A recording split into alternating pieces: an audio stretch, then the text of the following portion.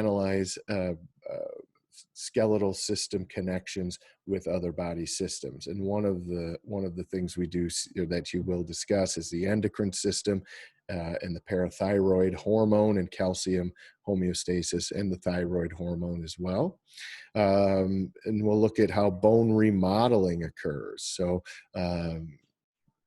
not just if a bone breaks, which we'll look at too, but if stress is put on a bone by muscle that's attached to that bone, we're going to get some bone remodeling to accommodate for that extra stress. So a little bit of physiology, but not a lot. Some of the basics. Now, so that's kind of the first part of today. And the second part of today, we'll get into the last thing we do is joints. Joints are down here. I just copied and pasted these right from WIDS. So we'll circle back to joints and joint functions.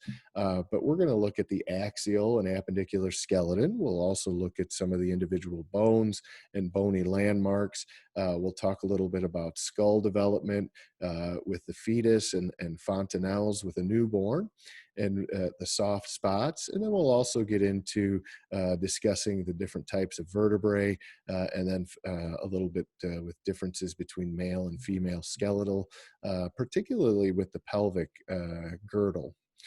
Again, in the Padlet, remember with Padlets, those videos align with these objectives. So please go in and you can watch one, you can watch as many as you want, but just understand that, that they do apply to these objectives. All right, well, let's get on it. Chapter 6 in your OpenStax is on skeletal tissue and gets into some of the basics of the skeletal system. So when we look at bone, I think some of these you can conclude or you've learned in the first couple of weeks of the course, but we certainly look at the skeletal system as a support mechanism. Without the skeletal system, we'd be a blob or a puddle on the ground. So we do need some support for all of our muscle tissues as well as the ligaments. Remember, ligaments connect and support and stabilize bone and bone. So we often see times we'll see ligaments where we see a joint, whereas tendons connect a muscle into a bone. The other couple of items we see with bone, we certainly need a protection for some of our internal organs. The brain is protected by the skull, the spinal cord by the vertebral column, the lungs and the heart protected by the thoracic cage or the rib cage. So there's definitely some protection aspects there. And then going along with support and muscles, we also have movement. Skeletal muscles attached to bone and provide movement at the joints. And then mineral storage, we certainly have always associated calcium with bone. So we do see that bone as being a kind of a reservoir or a storage unit for calcium, as well as phosphorus and a few other specialized minerals. So we'll look at those as well today. And then hematopoiesis. Poiesis, so we see that a handful of times throughout A&P. We'll definitely see this term next semester. We'll see it this semester again when we get to the cardiovascular system. But poiesis, in essence, means like the process of producing something. So this is a production of something. Hemato has to do with blood. So hematopoiesis basically means the production of blood cells. So one of the primary functions of bone that most of us don't really consider or think about too much is it's the important role that it does play with blood cell production. So we'll look at that a little bit later as well. When we look at the skeleton, we'll be breaking it down by axial versus appendicular. This is just a slide that I'm just going to leave up there for just a few seconds because we do spend so much time on each of these individual bones. But I think all of it, especially now, right? Halloween, as I've stated before, it's the time to go to Dollar Tree or Walmart, or I was in Walgreens and they had it was about $20, but it was about a 2.5, 3 foot skeleton, had some pretty good detail on it. Anyway, so hit the store after class today. Uh, Not that we need a reason to go shopping, but there you go. Now you have one more reason. So when we look at bones, we do classify them before we get into some of the nitty gritty of the cellular and tissue areas. A couple of more macro scale, big scale kind of classifying slides. So how do we classify bones? Well, we can look at them by their shape, and we do see some bones are long relative to their width. So we call those long bones. We generally think of the arms and the legs possessing long bones, the fingers and toes, the metacarpals or the hands and the feet. Those are long bones. And then short bones are going to be a little maybe more cube shaped or a little obviously they're shorter than long bones, but even more specific than that, they are a little more cube-like as opposed to long sticks. So we do see, and we will look at a couple of differences there. We generally think of short bones as being your wrists and your ankles. So your what we call the carpal bones and the tarsal bones are going to fall in with the short bone category.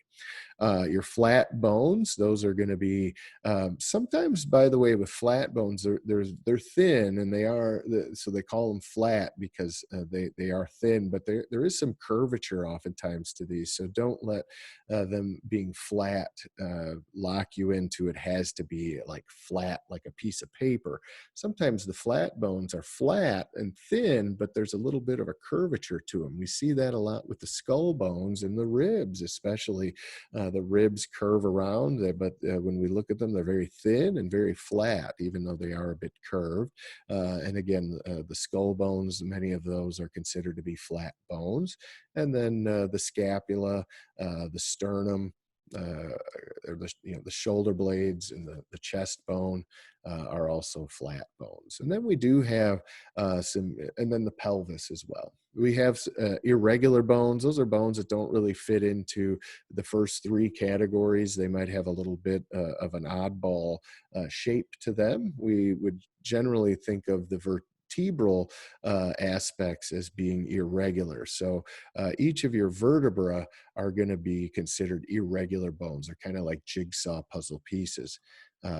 And then sesamoid bones are special bones that are floating. They don't articulate with other bones. Generally, we would think of the patella or the patellae, the plural of patella, as being sesamoid bones. They're kind of immersed in like a ligamentous or tendinous connective tissue, and generally they kind of glide across and with other bones. But sesamoid, generally you want to think of the kneecaps or patellae as sesamoid. So here's some examples. Again, a long bone, it's showing the humerus of the upper arm, and then we've got a carpal or a wrist bone, again kind of a cubey, boxy shape, the irregular patterns of the vertebra, and then the sternum as a flat bone.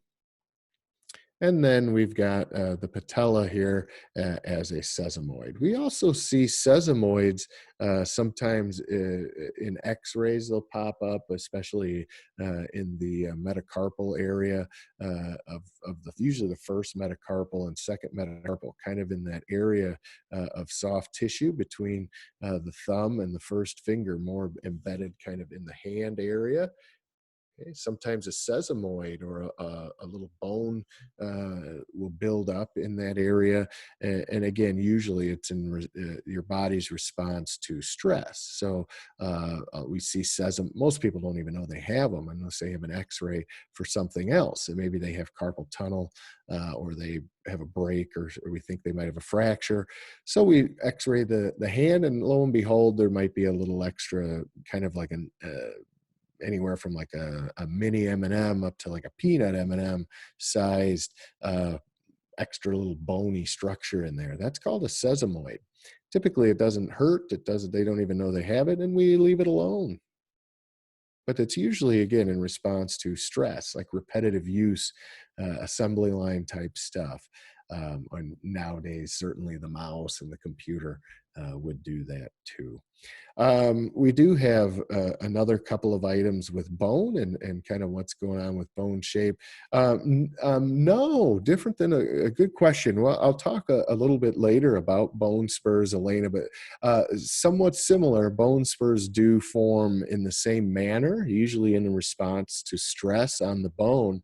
Typically, we see a bone spur as an outcropping of a bone. So it's like an actual spur off of a bone. Whereas the sesamoid it almost forms itself within either kind of the this. There's a lot of muscle in your thumb area. So oftentimes the muscle has a lot of calcium in it.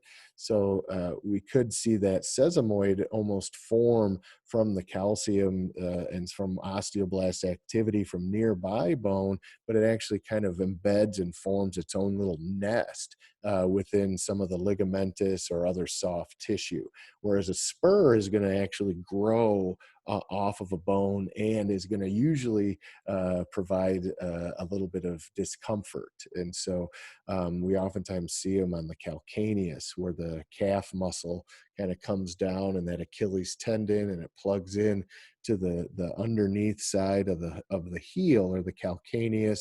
And again, if I wear heels a lot, cowboy boots, of course, or if you wear stilettos or high heels on the job, or just bad footwear, even a tennis shoe that has a little bit extra of a heel to it can cause this kind of action to go on with the foot. So there'll be the toes, and so the ankle and the heel kind of come up, and the muscle, the calf muscle, pulls on that. And what it does is it puts stress on the underside of that heel, and the body will just dump a bunch of bone to build more of a support structure for that tension that's being placed on it. We're seeing bone spurs on the spine. We're seeing spondylosis and ankylosing spondylosis. We're seeing spondylitis. We're seeing some spiny spurs, if you will, coming off of the vertebrae. And so what's happening is the muscles that attach to our vertebral column are under extra stress because of posture and range of motion, body mechanics, whatever it might be. But extra stress is being placed on all those little. So when we looked at these vertebrae, we can see all these little spikes coming off. Well, these little spikes are muscle attachment sites. And what happens as we use some of the muscles, overuse the muscles that attach to these spikes, it can lead to stress on bone builds bone. So that stress on the bone will cause spurs to form. And oftentimes that extra bony spur that's being built here is going to actually leach calcium and leach bone from other areas of the vertebra. So what we will start doing is seeing some degeneration and some almost like porosity built up, almost like osteoporosis. It's not. It's similar, but we do see bone density decrease in some areas here, and bone density increasing in some of these areas out here. What that does with your vertebrae, especially the body of the vertebra, these little areas here, these are where we find the intervertebral discs. These are where all of that weight of gravity and the weight of our bodies, this is where that weight is distributed and supported. So so that's pretty nice dense bone. So if we start depleting the bone density from these areas to build bone density here, it can cause collapsing of the vertebrae. So we start to see the density of the body of the vertebra decreases and decreases and decreases.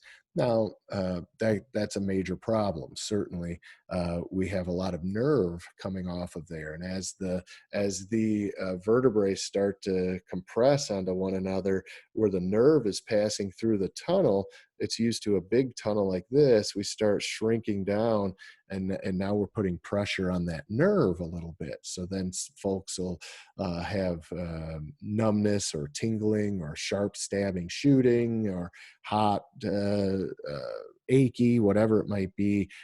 Musculoskeletal pains maybe out in the hips or in the low back area, maybe in the neck region.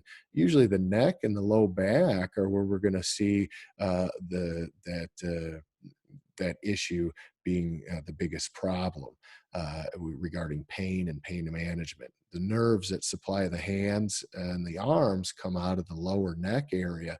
So if we're getting the vertebrae compartments decreasing and pressure on the nerves, it's going to cause pain and tingling and potential numbness all the way out into the fingers and wrists.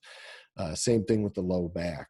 We see sciatica issues potentially related to bone density problems with the vertebrae. So, yes, spurs come off of bones.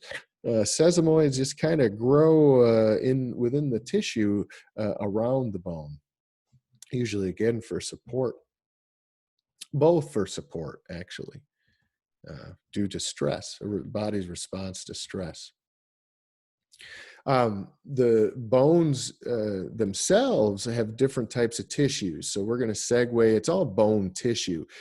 Some of the bone tissue, though, is considered to be extremely dense. So we call that compact bone. It's very dense. It's very solid. And then we have other areas of bone that are more spongy. We call that cancellous bone. So it's kind of like a lattice or a framework of thin branches of bone. So we're going to see both compact and spongy bone really throughout the skeletal system. Some bones do possess a little bit more spongy bone throughout than others. The other couple things that we'll kind of pay attention to and see as we go are that bones also have a covering around them. We call it a periosteum. And then bones also, some bones also have what we call a marrow cavity or a medullary cavity. So that's something we want to pay attention to, especially as it relates to these types of bones. We really only see a medullary or marrow cavity in the long bones. Now, bone marrow does exist in all other bones as well. In fact, in more usable forms, which we'll talk about later in these other types of bones. But that actual kind of tubular medullary cavity really only exists in a long bone. So we'll see that coming up a little bit later. So almost now. So we're going to kind of focus in on the long bone for a few minutes. The long bone consists of a couple different parts. We have that main shaft area we call the diaphysis. So when we look at the long bone, we see the main part is called the diaphysis. Again, this does not apply to short bones, irregular bones, sesamoid bones. Okay, so this doesn't flat bones. This only applies to long bones, this terminology that we're going through here. Okay, diaphysis is the shaft. And then we have what are called epiphyses. Let me back up. Is means one. That's the singular. ES is a plural form. We change the I to an E. So the epiphyses implies then that there are two of them. These are, first of all, that we see epiphysis starts with an E. So does the word end. So the ends of the bone are the epiphyses. One end is an epiphysis. Okay, both ends we call epiphyses. So that's neither here nor there. We also see epi. Remember, epi as a prefix means upon something. So we're upon the bone. In fact, we're upon each end of the bone. So when we look at the epiphyses, we're going to see what we call a proximal epiphysis and a distal epiphysis. So this goes all the way back to week 1 when you were studying a little bit of your anatomy terminology, and one of those combos you looked at was proximal versus distal.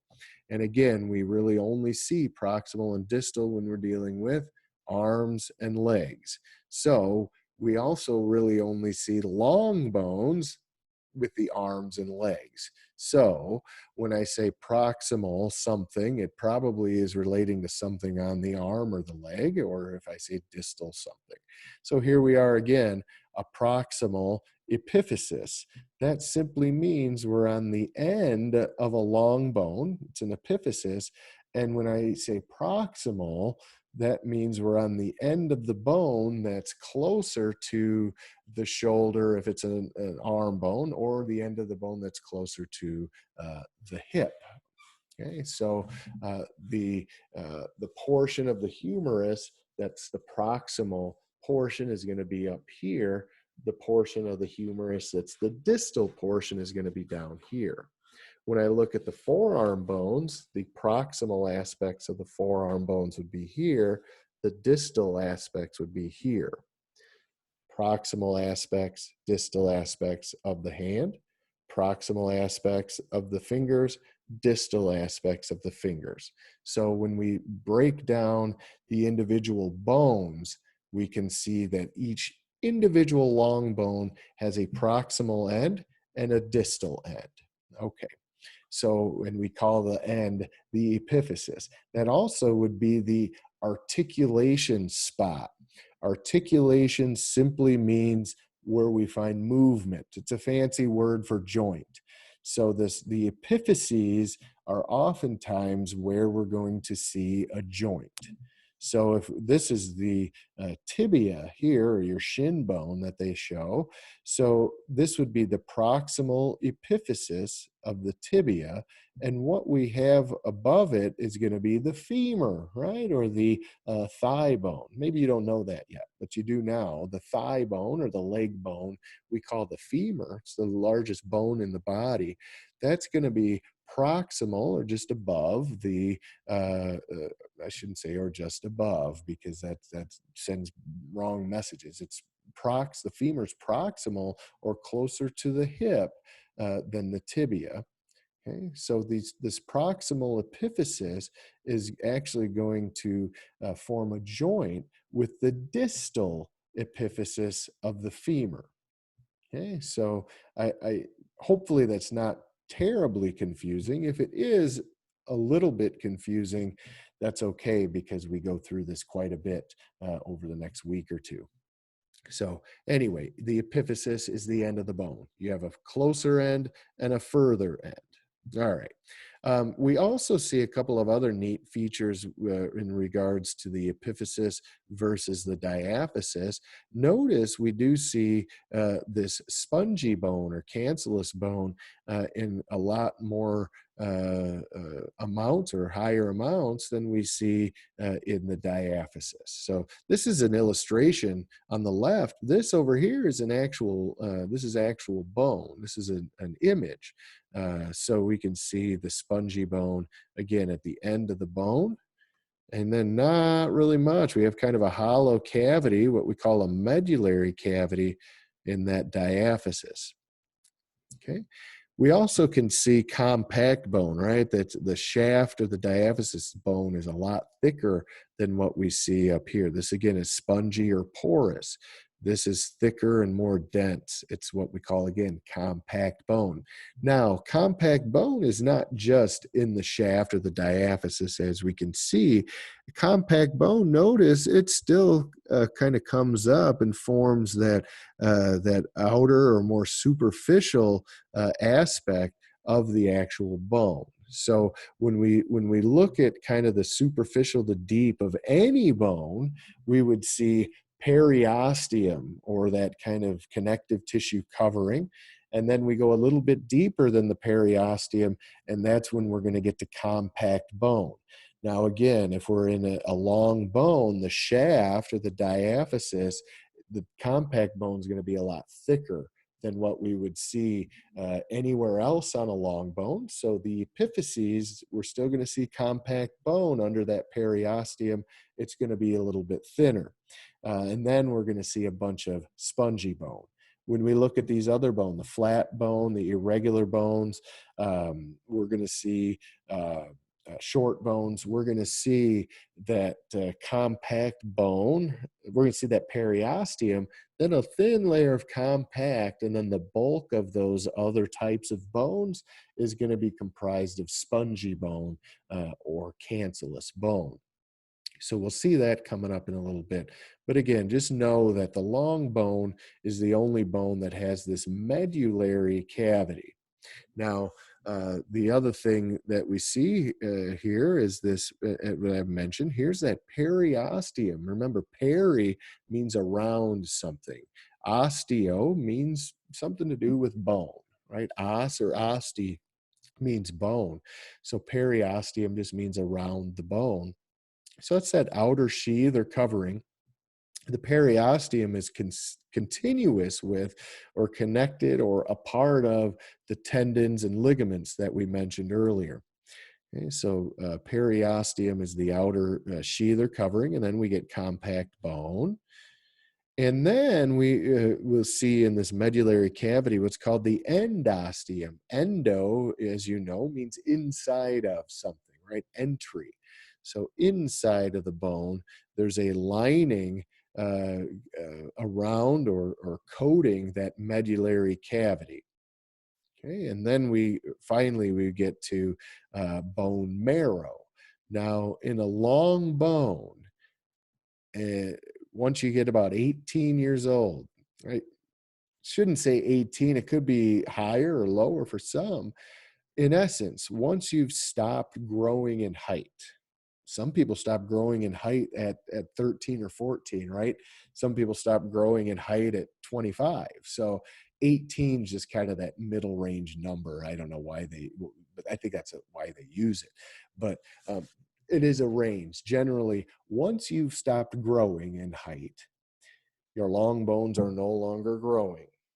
So the marrow, the marrow in those medullary cavities of your long bones converts from being red marrow to being yellow marrow. In this illustration, then, we're on the left there, we're looking at the tibia of an adult or of someone who's stopped growing because it has yellow marrow. That's the indicator.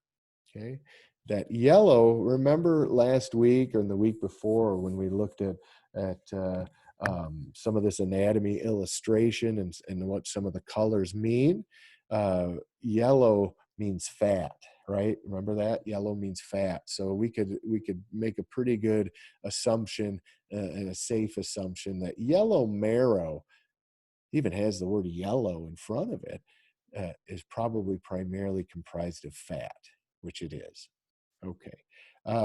What was it before it was yellow? It was red. All right. So red marrow is going to be found in the medullary cavities of long bones in children. Okay. And I guess teenagers too, which are still children in my book. I have a 13-year-old and she's still a child. So she's still going to have red marrow in her long bones. I'm assuming she's still going to keep growing. I hope she hasn't stopped growing in height yet. But anyhow, red marrow. My six or my seven, I almost said 6-year-old. She's now 7. Don't tell her that, right? She's already looking forward to being 8, and she just turned 7 a couple weeks ago. But she definitely is going to have red bone marrow in her long bones. Now, what does red marrow do? What's the big deal? Well, remember, one of our main functions of bone that we looked at the beginning was hematopoiesis or erythropoiesis. We're making blood cells. So red blood cells only have a lifespan of 120 days. So we constantly have to be producing red blood cells. Red blood cells, remember, carry oxygen. So growing babies to growing toddlers to growing preschoolers to growing adults, right, need a lot of energy. And because growing requires a lot of ATP.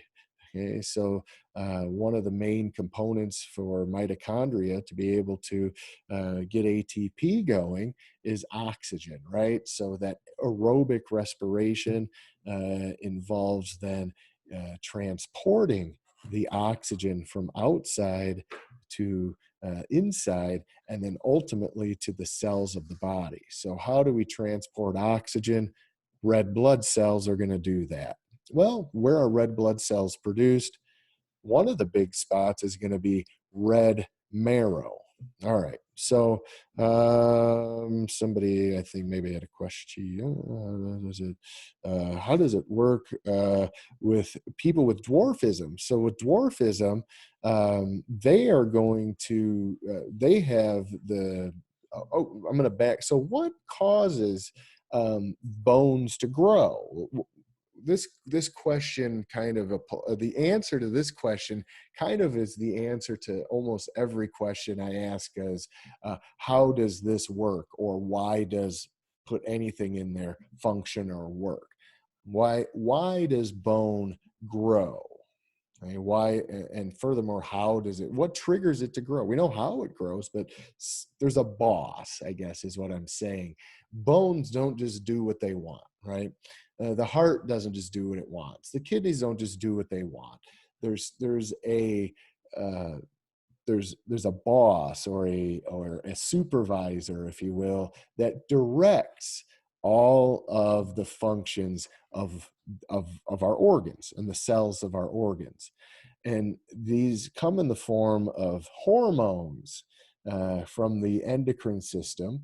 And those hormones from endocrine glands of the endocrine system are attached with, connected with, intrinsically linked with, and ultimately directed by the brain, the nervous system. So the brain and the nervous system work with the glands of the endocrine system. We call it the neuroendocrine connection. With dwarfism, there's some genetic issues going on with some of the growth hormone that is being produced by some of the glands of the body. We're going to see in a couple of weeks when we get to the endocrine system, we're going to see the pituitary gland plays a major role in growth hormone, and then the thyroid gland also plays a major role in metabolism and growth. It plays a major role in calcium homeostasis. So somewhere in the code, right, our cells only do what they're told based on the genetic code. And so somewhere along the line in the heredity, in the lineage, the codes for growth hormone and metabolic principles regarding calcium homeostasis and regarding bone lengthening didn't align. So there's a mutation somewhere that is what they call kind of like a stop. So um, we'll see what are called stop codons and stop. These are DNA items that get into starting and stopping and triggering and backing off, things like that. So with dwarfism, cretinism, and then the other way around, we see the big, the gigantism.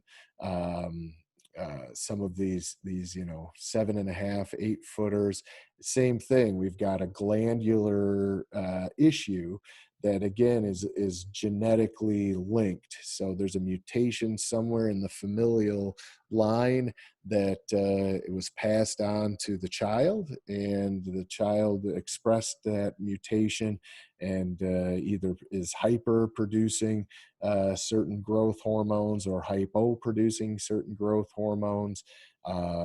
And so the cells respond accordingly. So the bone cells respond accordingly with what they have. There's one, it's called acromegaly, ACRO acromegaly.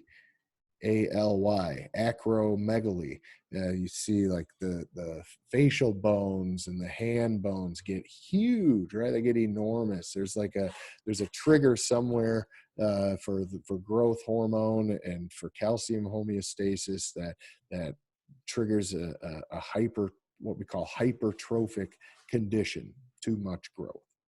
So anyhow, so yeah, they still grow, right? Dwarfism, they're born, they may be somewhat normal, maybe a little bit smaller at birth, than your typical 7 pound 20-inch baby, but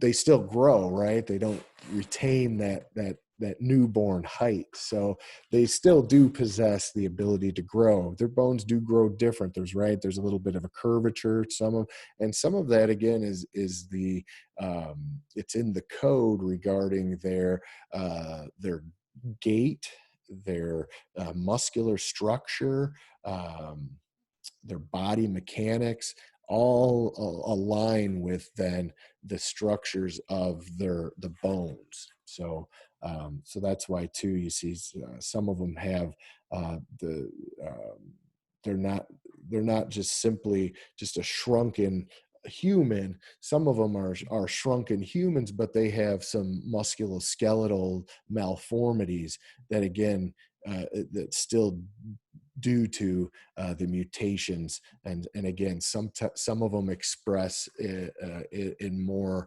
the mutations in more dramatic ways than others.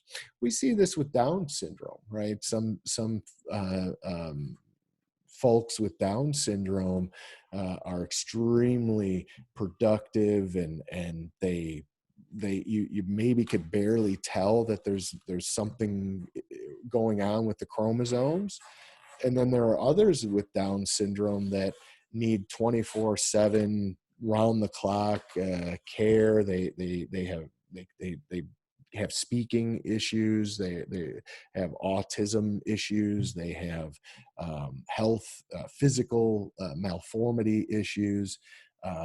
So there's a kind of like a spectrum, right, of trisomy 21 or Down syndrome too. So, but anyway, the spectrum is wide for even for dwarfism, but we do know that it is something with the code and how it works with growth hormones, and when the start stop mechanisms are kicking in.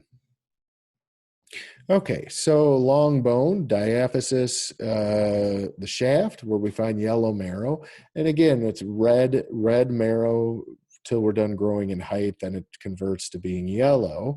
However, we still need blood cells throughout our lives, right? If a red blood cell only lives 120 days, uh, once we stop growing in height, we're going to live a lot longer than 120 days, hopefully. So we do have this need for a continual production of blood cells. Okay, so if we don't have any more yellow marrow, or if we don't have any more red marrow, it's all converted being yellow marrow. Where's the red marrow going to be? Well, the red marrow still exists. It just exists in the spongy bone, or that cancellous bone. So the ends of your bones in that spongy bone, there's still going to be red marrow in there.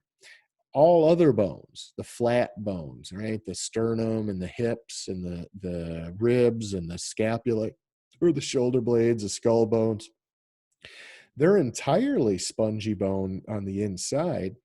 So there are tons of red blood cell or hematopoiesis or blood cell production going on with all of those bones. So we see red marrow throughout our lives in all other bones, except in the shaft or the diaphysis of a long bone, which it's now become yellow marrow.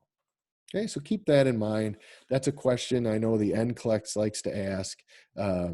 There's almost invariably some question about bone marrow and bone growth and red blood cell or erythropoiesis or hematopoiesis and where it takes place. Okay. In all of us, 0 to 100, womb to tomb, it takes place in spongy bone. Okay. Red marrow is found in spongy bone. Blood cell production occurs in spongy bone of the skeletal system throughout. The only spot it doesn't is in that diaphysis, or the shaft of long bones. Now, is this an absolute? No, because we stay away from absolutes. There are times of severe stress where the yellow marrow of the shaft of the bones of adults can convert to being red marrow. We may see this during chemotherapy or radiation treatment. Sometimes we'll get a conversion of the yellow marrow back into red marrow. And again, it's usually because of extreme circumstances. So anyway, questions on that? Again, we kind of circle back to some of this again later on in this unit, as well as in the cardiovascular unit. We do a little bit with blood and erythro and poiesis and hematopoiesis later. Okay, so anyhow, that's what's going on there. We also see the epiphysis. We have what they call a growth line or epiphyseal line.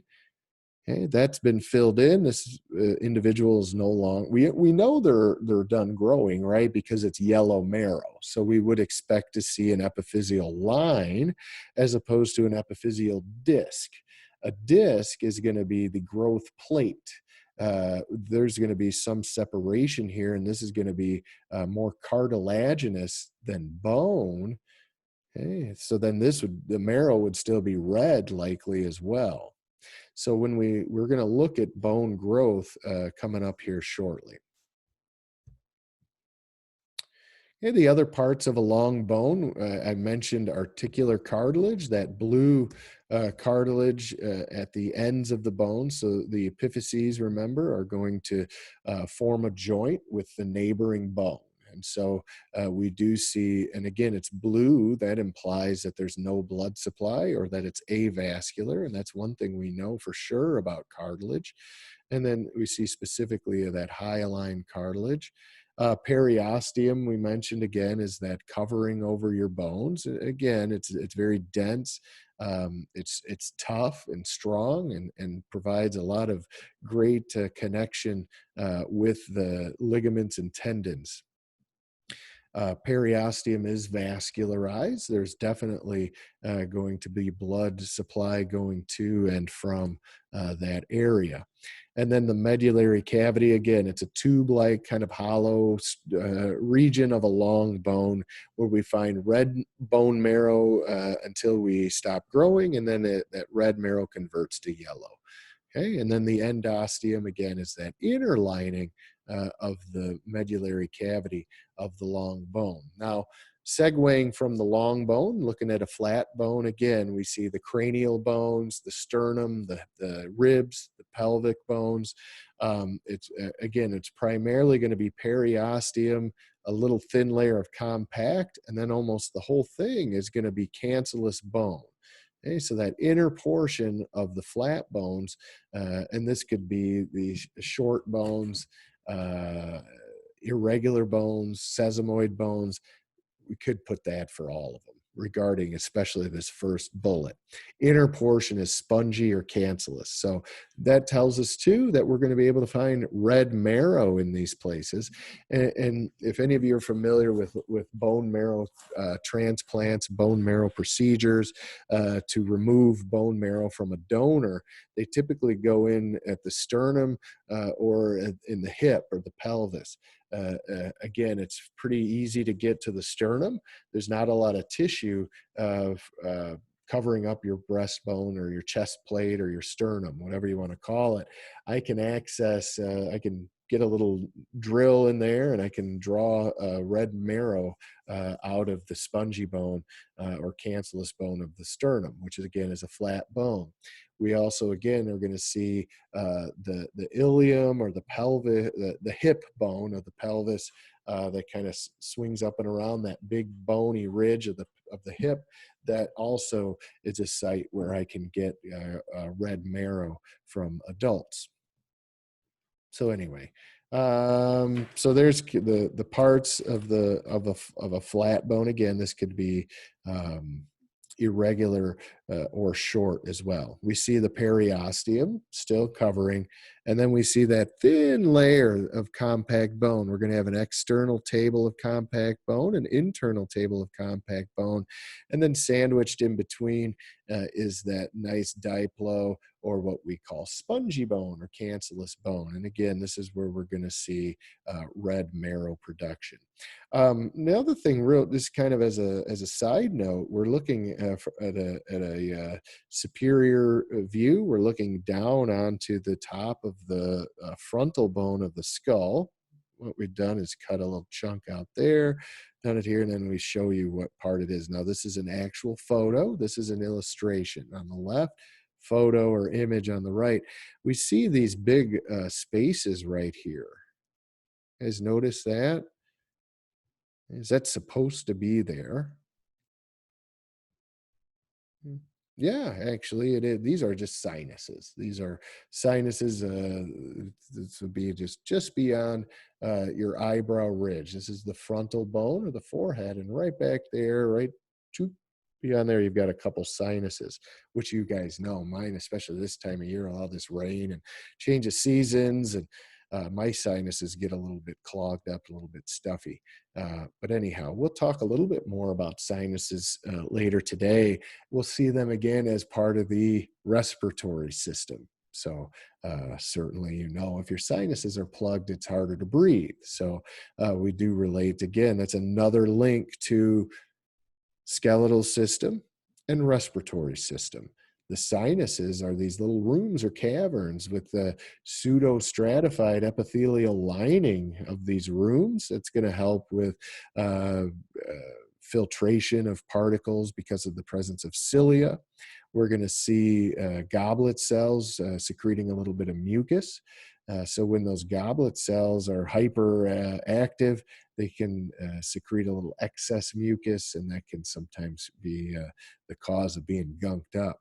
Usually you need to get better hydration. Hydration helps. Raw honey, natural local honey is good for allergies as well. So anyway, bone tissue and connective. So we're going to move away from, again, it says flat bone. I'm not skipping out on irregular bones or short bones or sesamoid bones. Just know that we could put flat short irregular sesamoid. They're going to look like this. So I didn't forget to put them in. They're just going to look the same as that flat bone.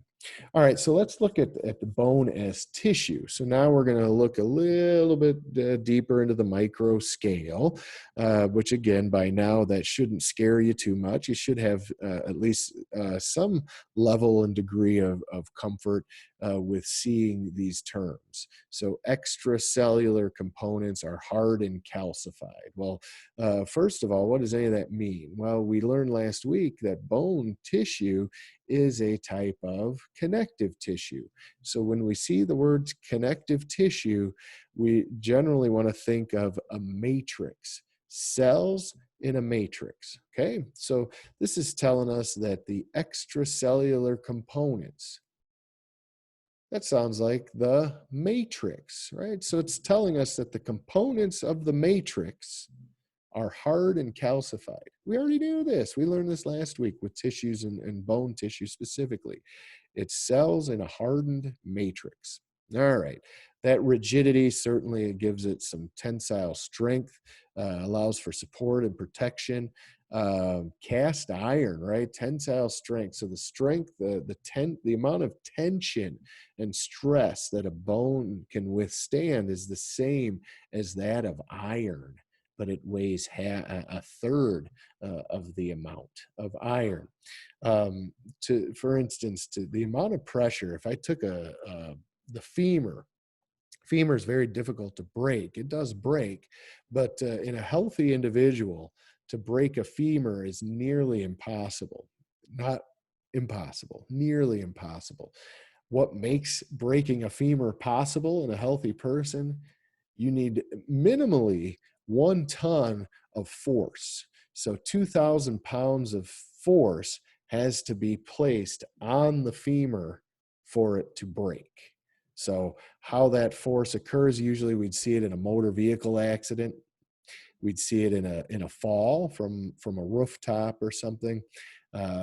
You may break a femur that way. Um, Now, grandma might fall and break her hip. She actually has broken her femur, but that's only because she has osteoporosis. That's a bone density problem. That's not a healthy femur. Okay, so in a healthy femur, 2,000. So if I stood the femur up and I put a 2,000 pound, if I put a 1,500 pound weight on the top of the femur, it wouldn't break. But if I put a 2,000 pound weight on top of the femur, that would cause it to snap. So that's a lot of weight and pressure to break that bone.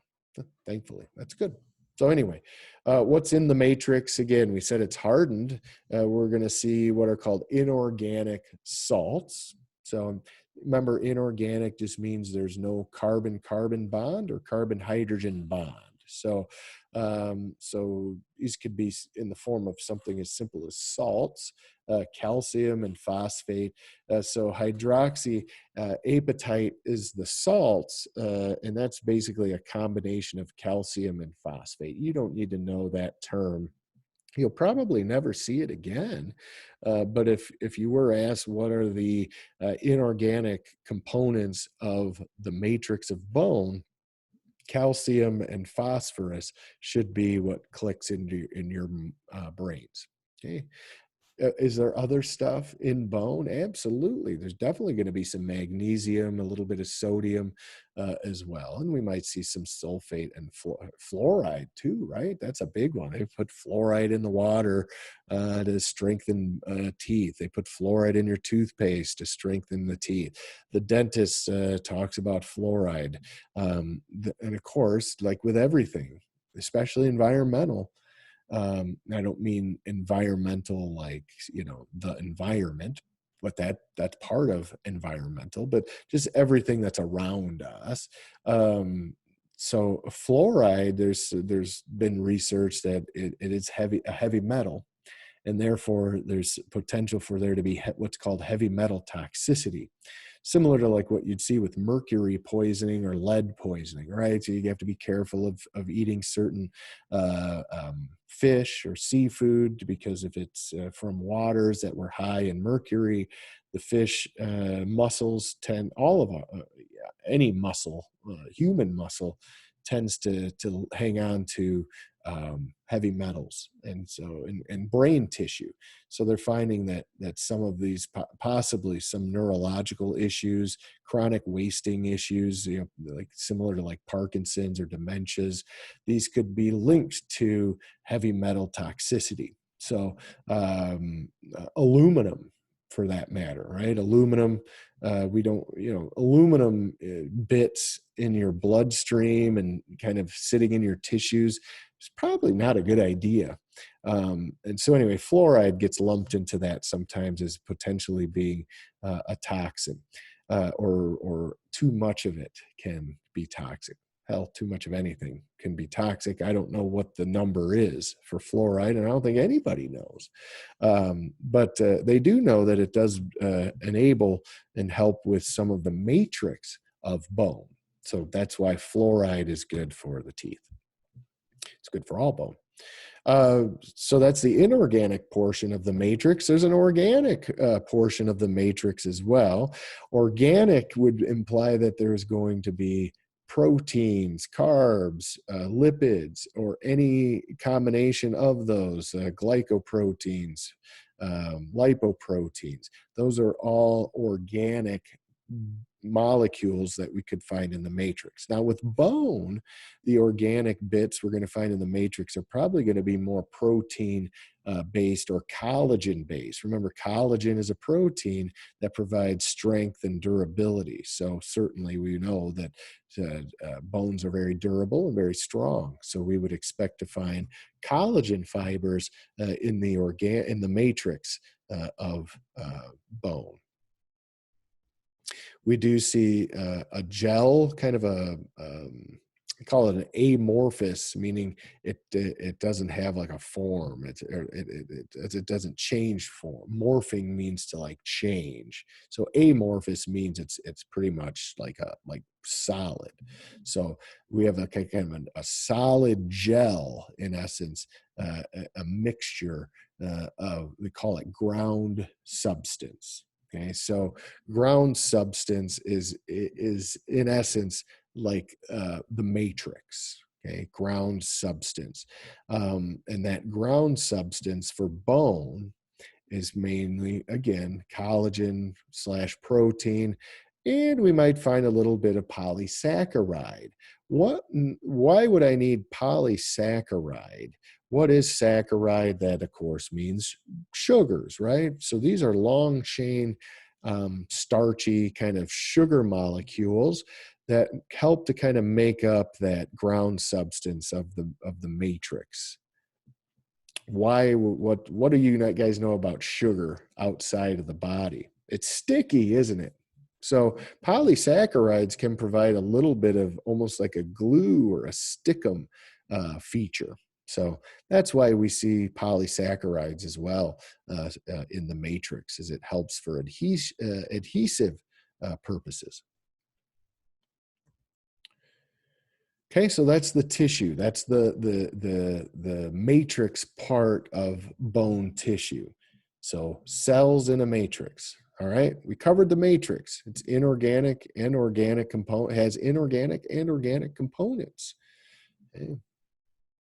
The inorganic components are calcium and phosphorus primarily. The organic components of the matrix are going to be primarily collagen, protein, and a little bit of polysaccharide adhesive. All right.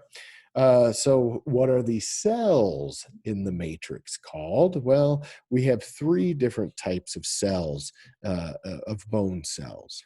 Okay, we're going to go to the bottom one first because it's quickest. It's one you've maybe heard before. Last week when we did bone tissue, we have what are called osteocytes. Osteo meaning bone, cyte, C-Y-T-E, simply means cell.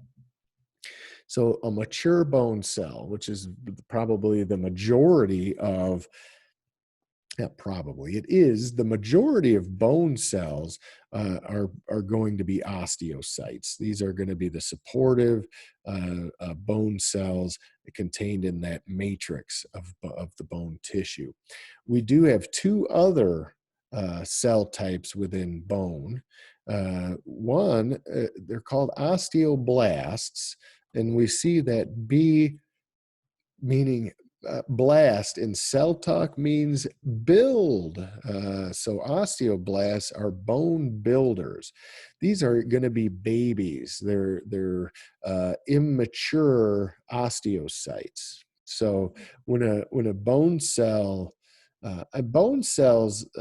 lifespan is probably, or I think, around it's between 6 and 8 years, we'll say. Again, everybody's a little different, but generally a bone cell's lifespan is around 6 to 8 years, around 7 years. Whereas like a red blood cell's 120 days. We saw keratinocytes lifespan is about 35 days. So what we're seeing is cells have different lifespans. So anyway, a newborn bone cell is going to kind of go through a boot camp kind of preschool, right? They're on the fast track though to be, and they're learning. They're basically apprentices for building. And so they're what are called osteoblasts. So they're learning how to build. They're immature, but they're very good at their job. They're good at building bone. It's a pretty simple job what they have to do. So as they kind of graduate, they might get a little more refined in what they're doing, and they become what are called they might graduate into special forces kind of art school training. It's like a graduate in art school, primarily in sculpting. They become osteoclasts, which are master chiselers. So the class kind of chisel what the blasts have done.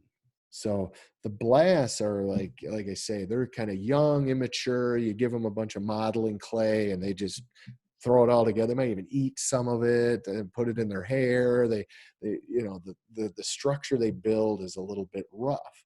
So the master, the osteoclast, the master chiseler, comes in and says, well, that might need a little bit of chiseling. We've got a little too much over on this part.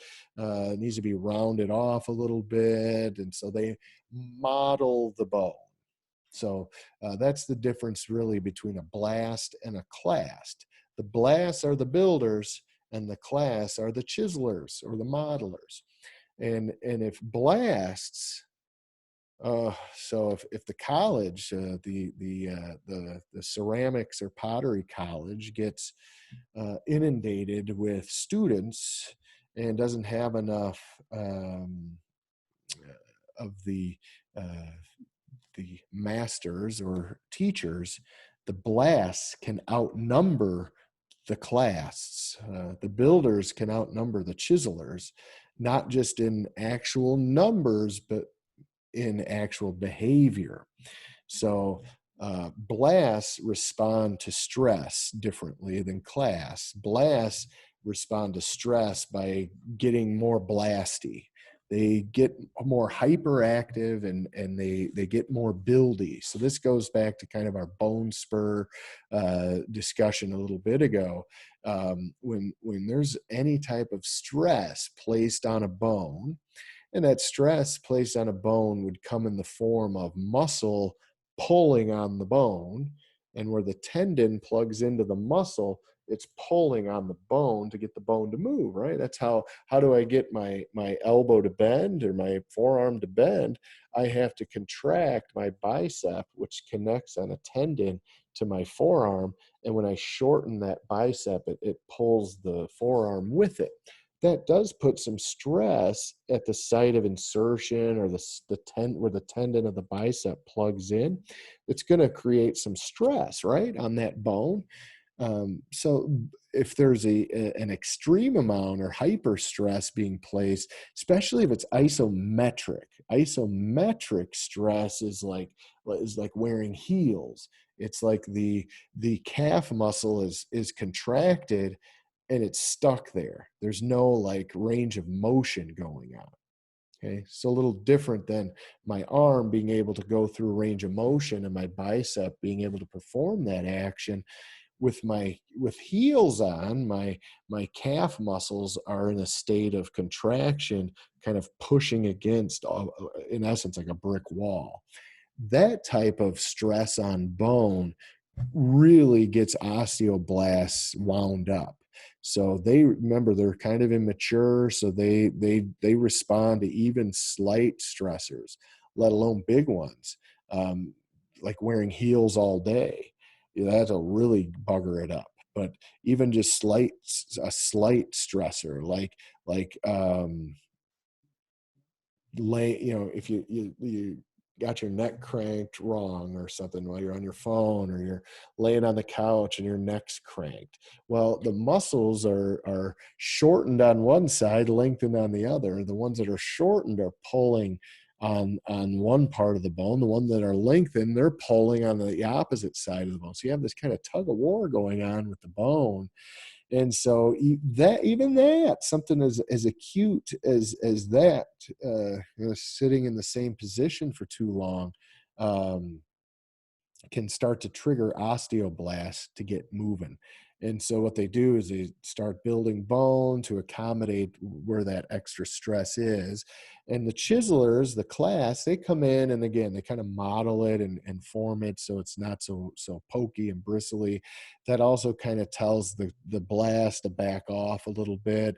The chiselers are here. You guys can slow down a little bit. Sometimes that doesn't work, right? So like I said, an extreme circumstance or condition, like with repetitive use or repetitive motion movements with isometric, like wearing heels or being in the same position for any length of time, day in, day out, day in, day out, day in, day out, that can really tip the balances to the side of the blasts. The blasts basically just outnumber the class. The class can't keep up with all of the modeling that needs to occur. That's when you get a spur. All right. So know the difference between a blast and a class.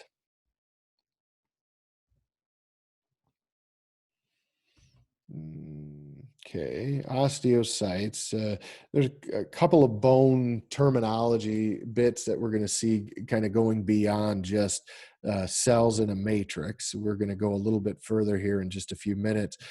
We see a term called lacuna is one, lacunae is the plural. By the way, in all of this A and P stuff, we're going to see it with vertebra versus vertebrae. If it ends in just an A, it's the singular form. And if we have more than one, the plural form, we don't put an S. So it's not lacunas. It's not vertebras. They put an E on the end. It's Latin. So lacuna becomes lacunae. This is the plural form. Okay, so just again,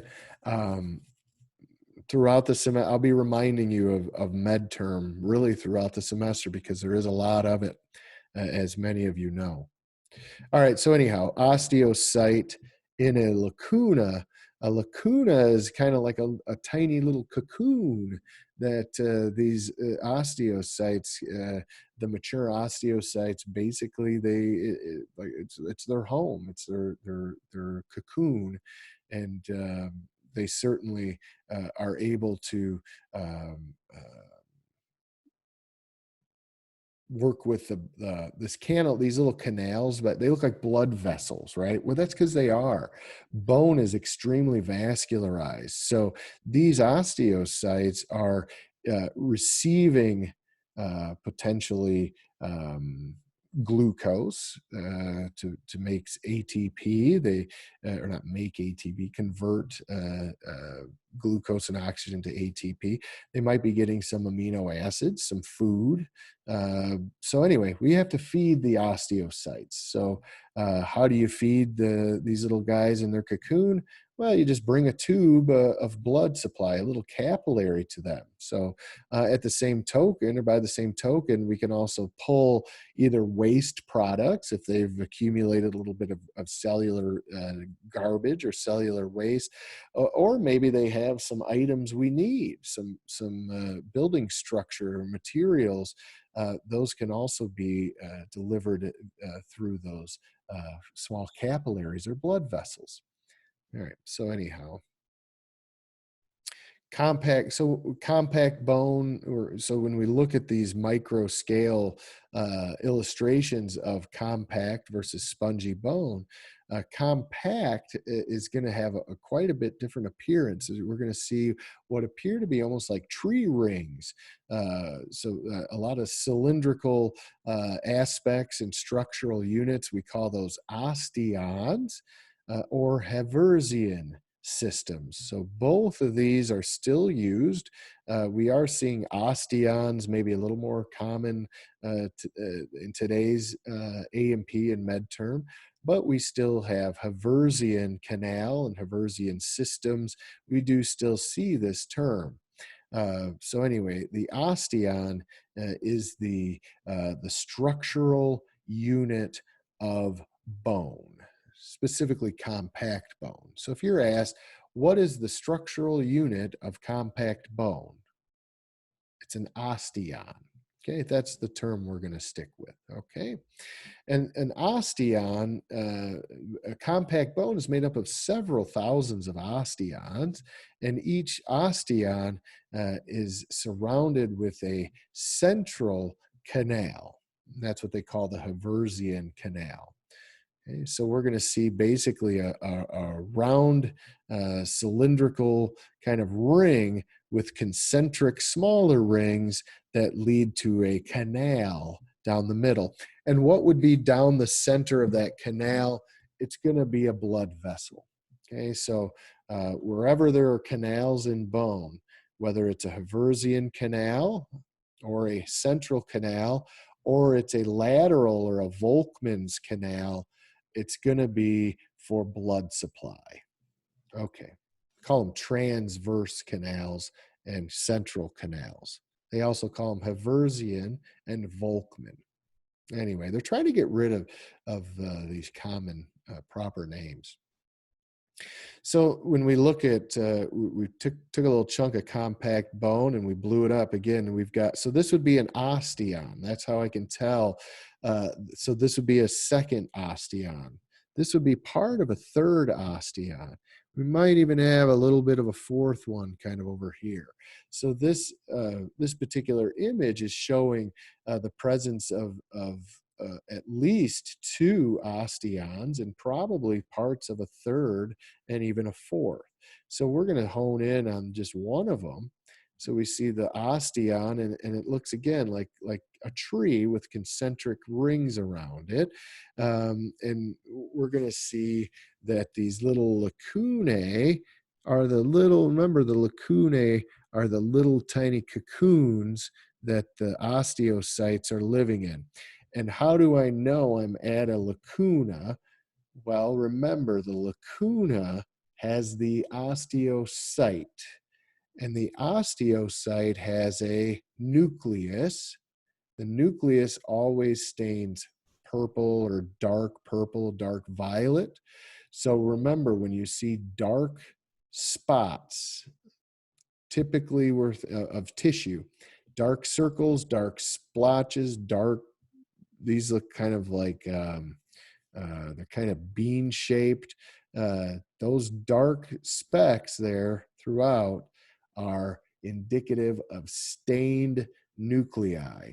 So what this tells me is there's a bone cell, there's a bone cell, there's a bone cell, there's a bone cell, and so on. So all these little dots, these black darkened kind of ovals, are going to be osteocytes. And so each one of those osteocytes is contained in a lacuna. So that's how we can say, oh, these are lacunae. So they could point to this one, this one, this one. Well, in between the lacunae, it's pointing to the matrix. So remember, cells in a matrix.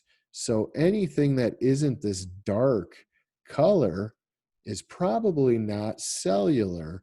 It's probably part of the matrix. Now, one thing you'll also notice are these lines kind of, they're kind of faded, but you do see some definite lines in through here. Those are going to be canals. Those are canaliculi or Volkmann's canals. These are going to be little regions where blood capillaries are connecting and able to feed or pull away garbage, groceries in, garbage out. Typically, sometimes it's not just garbage out, sometimes it's groceries out. So either way, we need to supply and remove things from each of these individual cells. So all these little lines are going to be tiny canals that have tiny capillaries that are delivering or removing items. And inside of the central canal is the primary blood vessel that feeds all of these little osteocytes of this particular osteon. So again, this is going to have a big blood vessel that's running through it, and then it's going to have branches that come off of that blood vessel, and those branches are going to be delivering food and taking away waste from these cells. We also, you can kind of see the concentric rings. Each one of those rings is called a lamella or lamella. Multiple rings are called lamellae or lamellae. So here's a lamella. Okay, that's one of the rings. So this would be another lamella. They call it lamellae, or lamellar basically means we've got rings on top of rings. Okay. So 1, 2, 3, 4. So this is 4 or 5 lamellae. That's the rings. And the osteocytes, or the mature bone cells, are kind of hiding out in their little cocoons, or the lacuna, within the lamellae. And again, you can see these are called canaliculi. That means little canal. Canaliculi. This is one. A canaliculus is one. Multiples, we take off the US and add an I, we call them canaliculi. Sounds like made up words, doesn't it? Some of this stuff. Okay, so that's what's going on. The point is, we've got a lot of bone cells, we've got a lot of matrix, we've got a lot of blood supply within this compact bone. And then we can see the spongy bone is linked directly with that compact bone. And again, this is where red blood cells and we see white blood cells and platelets. So this is where blood cells are going to be produced, blood cell production. We have what are called some of these, and these arteries are different too, by the way. Some of them are what we call nutrient arteries. So some of them are just bringing nutrients in to feed the cells.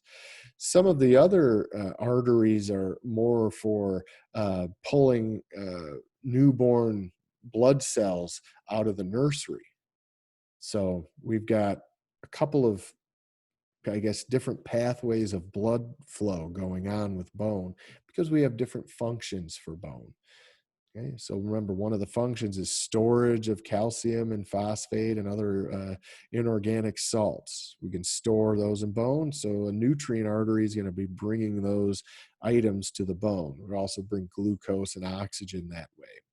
One of the other functions of bone, we remember, is hematopoiesis, or blood cell production. So we're going to have a different pathway that's going to be bringing newborn bone cells out of bone marrow once they've reached enough of a level of maturity that they can be cycled through the circulatory system. So anyhow, lamellae, those are those concentric rings. Lamellae, those are the rings. The lacunae are the cocoons for the osteocytes, embedded kind of between the lamellae, or even within the lamellae. And then the canaliculi are, again, those are the small canals that connect all of these lacunae together, and all these osteocytes, so they can get nutrients and have their garbage removed. And then lastly, again, that central or Haversian canal. That's compact bone. Spongy bone, a little bit different. Again, we've got what are called trabeculae, which are these lattices of bony branches. Trabeculae. Okay, these are tiny plates and branches. They enhance stress, the stress that's being placed on bone. The positioning of this lattice work encourages the distribution of stress to be less confined to one spot. So the lamellae are kind of spread all over the place to, again, distribute stress across the bone. it also adds some, makes the ends of your bones a little less heavy. So it makes your bones a little lighter at the ends. We wouldn't want to fill the ends of your bones with a bunch of compact bone. It's nice that the ends where the joints are, the bone, so the epiphyses of your long bones are going to be primarily spongy bone, which means that they're going to be a little lighter in weight, meaning they're less dense. So that makes them a little bit lighter as well. So anyway, you can see again those trabeculae, or those plates, that lattice work allows distribution of weight to occur a little bit better. Now, I mentioned grandma earlier in her osteoporosis. That simply means a condition of bone becoming porous. And we typically will see that occur in the neck of the femur. That's a hot spot. And then the bodies of the vertebrae is another hot spot. So osteoporosis likes to go after the neck and head of the femur. So this uh, bone that's already naturally porous becomes even more porous. The trabeculae waste away, and again, it's osteoblast activity and osteoclast activity aren't in concert with one another. We've got more chiseling and more removal of bone density decreasing in here. We may see some spurring even out here. This bump out here is where a lot of big hip muscles are going to attach. And so with the attachment of these hip muscles, that puts some stress here that can again decrease bone density. Oftentimes, though, there is a genetic link involved. There's a certain percentage of women with osteoporosis. There is again a family line, and that for some reason relates to bone density and how their body's physiology is able to maintain proper bone density. And it's not, for some reason. They're leaching calcium and phosphorus from this area for some reason. And we'll see when we get to muscles that muscles contract, not just your skeletal muscles, but your heart, cardiac muscle, your smooth muscle. They rely on a lot of calcium. So it's possible that calcium deficiencies in the diet, vitamin D deficiency, UV ray deficiency, play a role in replenishing the calcium gas tank of the bone. So it's possible that this bone becomes more porous because I'm not replenishing the gas tank as well. So we're finding maybe osteoporosis relates to calcium consumption and absorption, because I could consume calcium all day, but if I can't absorb it into my bloodstream, I'm going to just poop it out. So vitamin D synthesis, remember, plays a role with calcium absorption in the guts or the intestines. And vitamin D synthesis is triggered by ultraviolet radiation exposure or UV rays. So there's a link to then UV exposure, vitamin D consumption and synthesis, calcium consumption and synthesis and absorption. They're finding too that they, meaning scientists, are finding that nutrition science has found that carbonation and carbonated beverages could also play a role in speeding up osteoporosis. They're not sure why. They think it could have to do with the bicarbonate. The carbonation just creates maybe some sort of a buffering wall in the intestinal lining that won't allow for optimum calcium absorption. So carbonation, carbonated beverages may actually be uh, leading to the inability to absorb calcium, which then could lead to a decrease in bone density. So soda pop, decrease in bone density being linked is my point. Um, anyway, osteoporosis. estrogen levels, progesterone levels, also play a role too, they're finding, with bone density. So it's usually postmenopausal women who are developing osteoporosis. Not all postmenopausal women. That's just the osteoporosis population tends to be females over the age of 50. Okay. Da, da, da, da.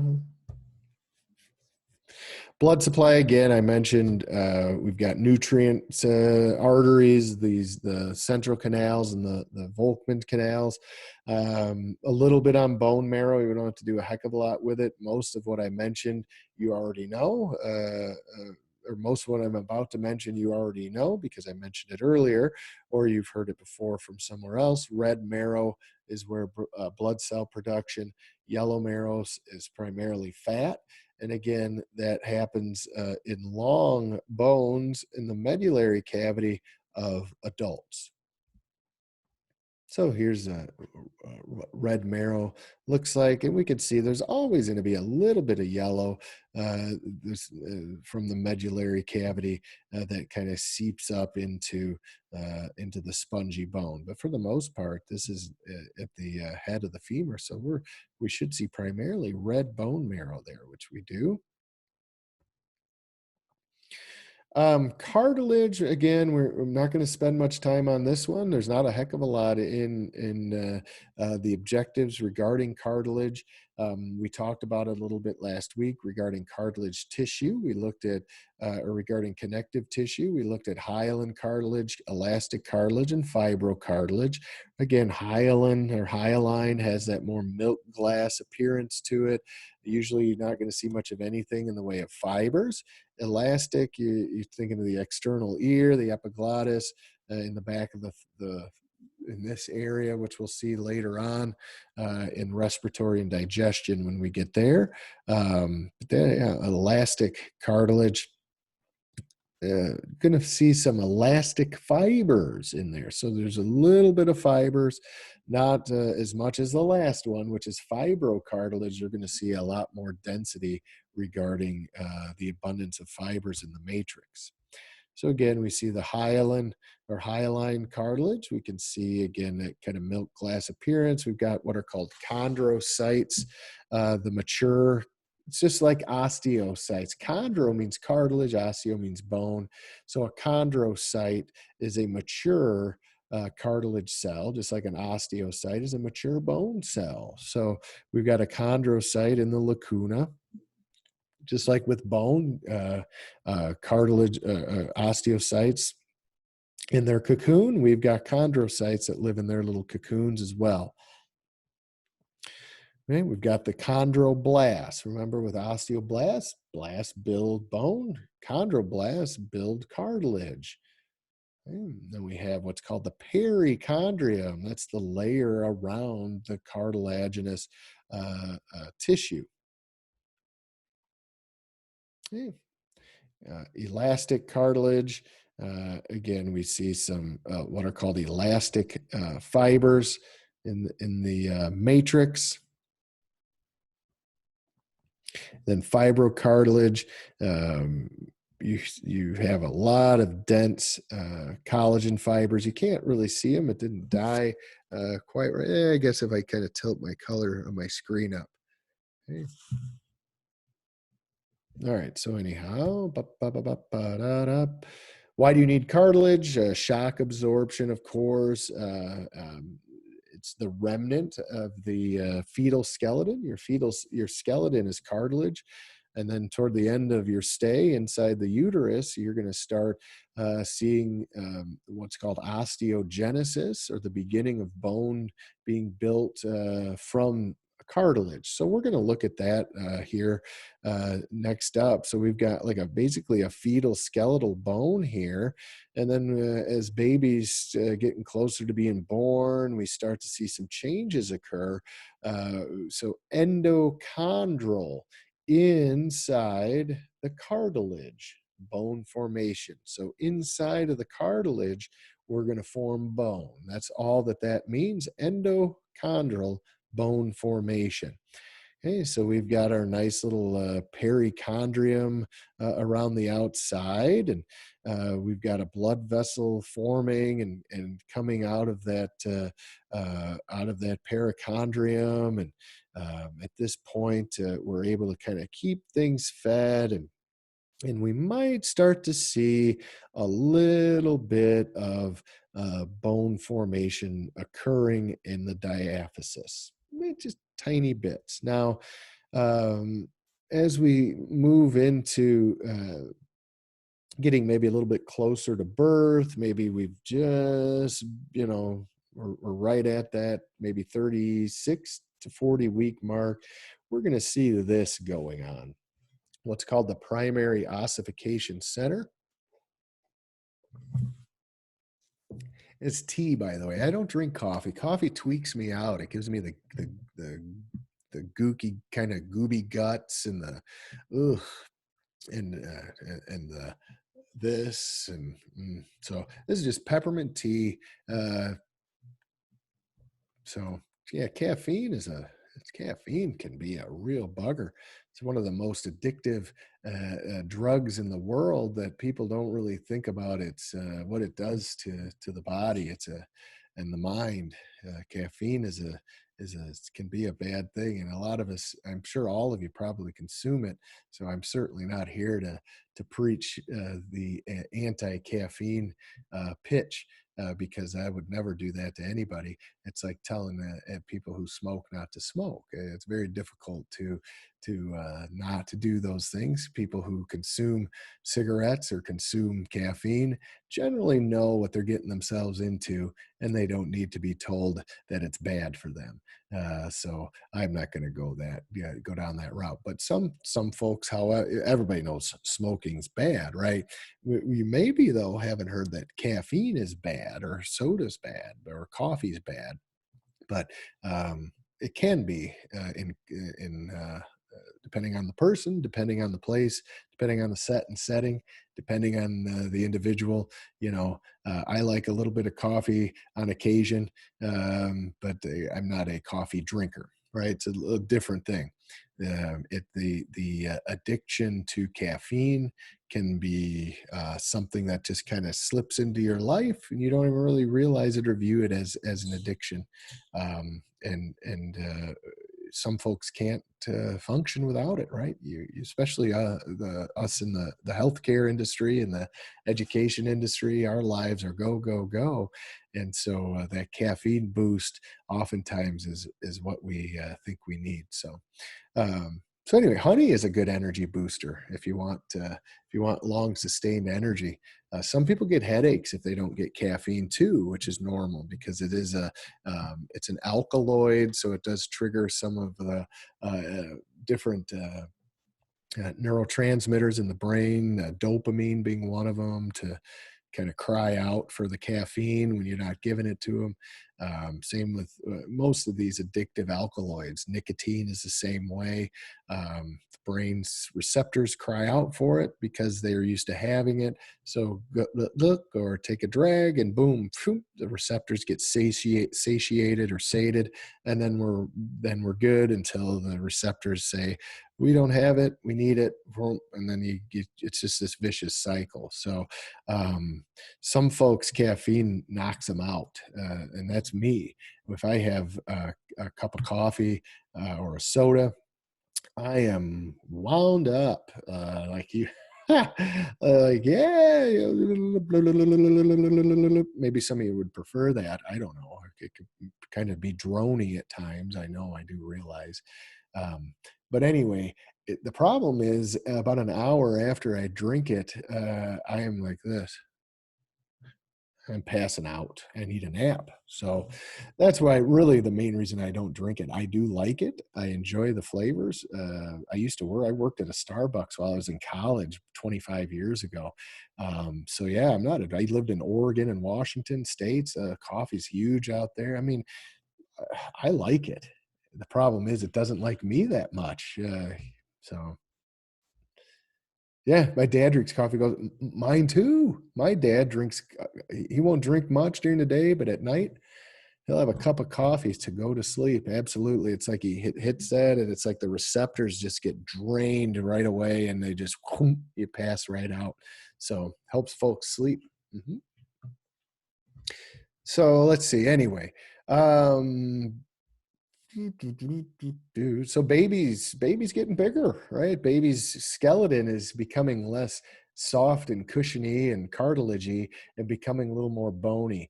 Some of these signals will be sent to mom. That's that symbiotic relationship that baby has with mom, is that at a certain time, I am a bag of bones, and you don't want to deliver a bag of bones. You want to deliver a bag of soft cartilage. So especially the skull, right? Skull comes out first. If that's a solid round ball and not a kind of a flexible kind of coney shape, whew, that's going to make a very difficult procedure, even more difficult. Not procedure, that's a process, even more difficult, right? A football through a garden hose is one thing, but a basketball through a garden hose is that's a whole nother ball, right? You'd rather deliver something kind of pointy, like a football shape, than something like round, like a basketball. So thankfully, mom is getting ready to think about delivering the baby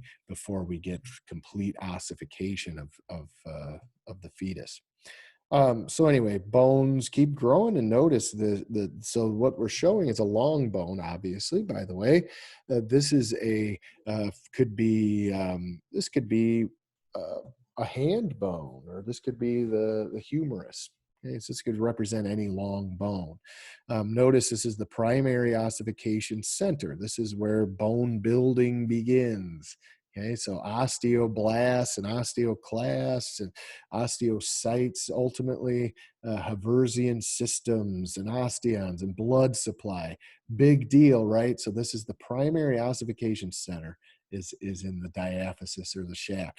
So that would mean the secondary ossification centers are going to be at the epiphyseal regions, or at the ends of the bones. So that's what we have here, the secondary ossification centers.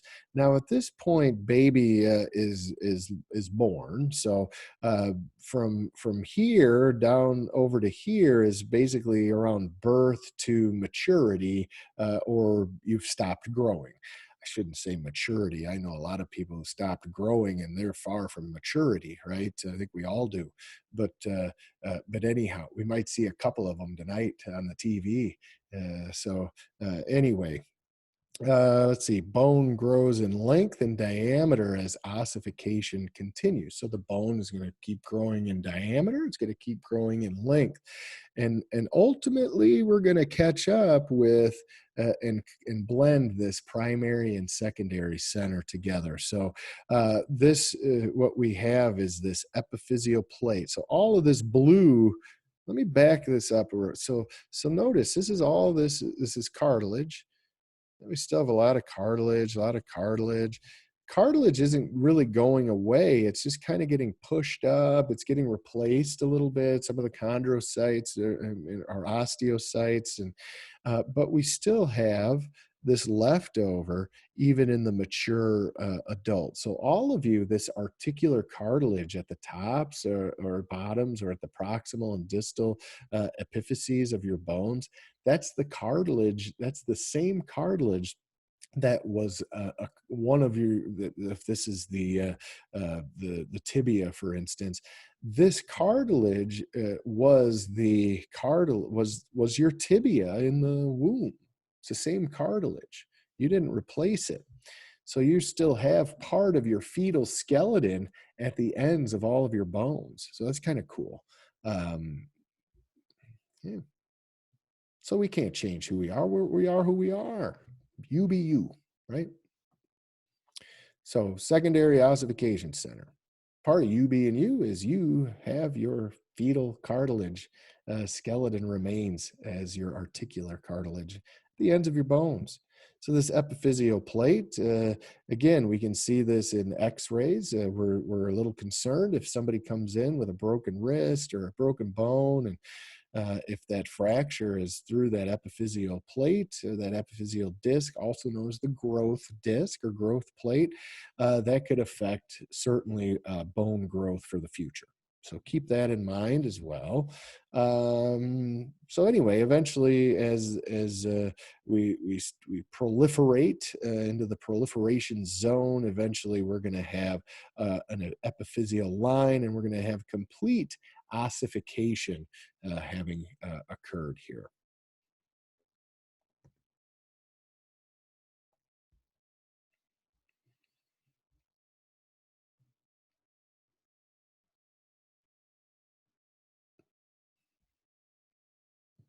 This is a hand of a youngster. You can see there's a lot of space in these areas, but you can see these ossification centers hard at work. You can see all the spacing. So all of this is cartilage, all this soft stuff that you see. This would be ossification centers too. You can kind of see them. So this would be kind of like the shaft of the one of the phalanges.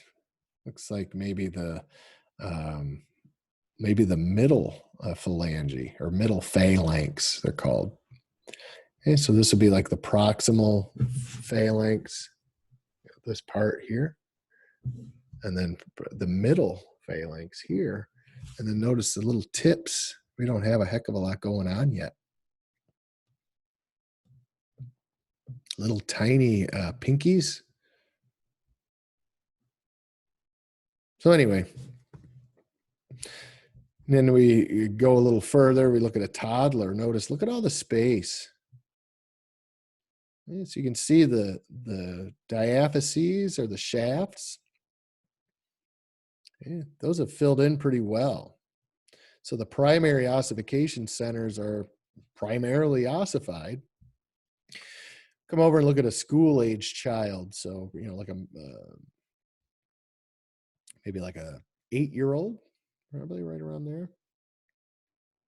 You can see there's still some space, quite a bit of gap here.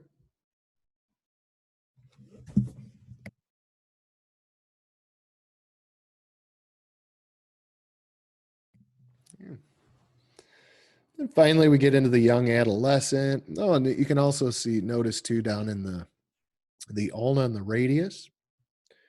The ulna is on the pinky side. The radius is on the thumb side. As you can see, we're missing the basically the distal epiphysis.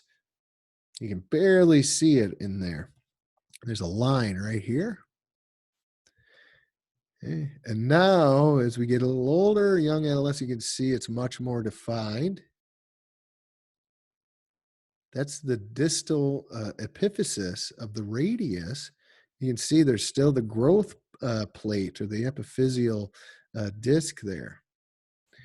Okay. And then eventually, this primary center and the secondary center, all become one.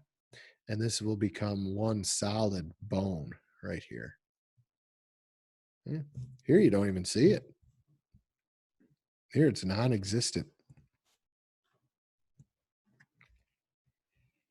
See the same thing with the ulna. It's got that little chunk right here. That'll eventually be all one bone. So anyway, you can imagine if there's a break like through here, a fracture through here, that could affect, because when fractures occur, we lay down a lot of bone, so it could ossify that growth plate. So then it's no longer a cartilaginous plate that's able to kind of stretch a little bit and keep growing. It now becomes hardened with bone because of the fracture, and so it may stop or it may slow the growth or even stop. It could be a problem. You can have one arm longer than the other, one leg longer than the other.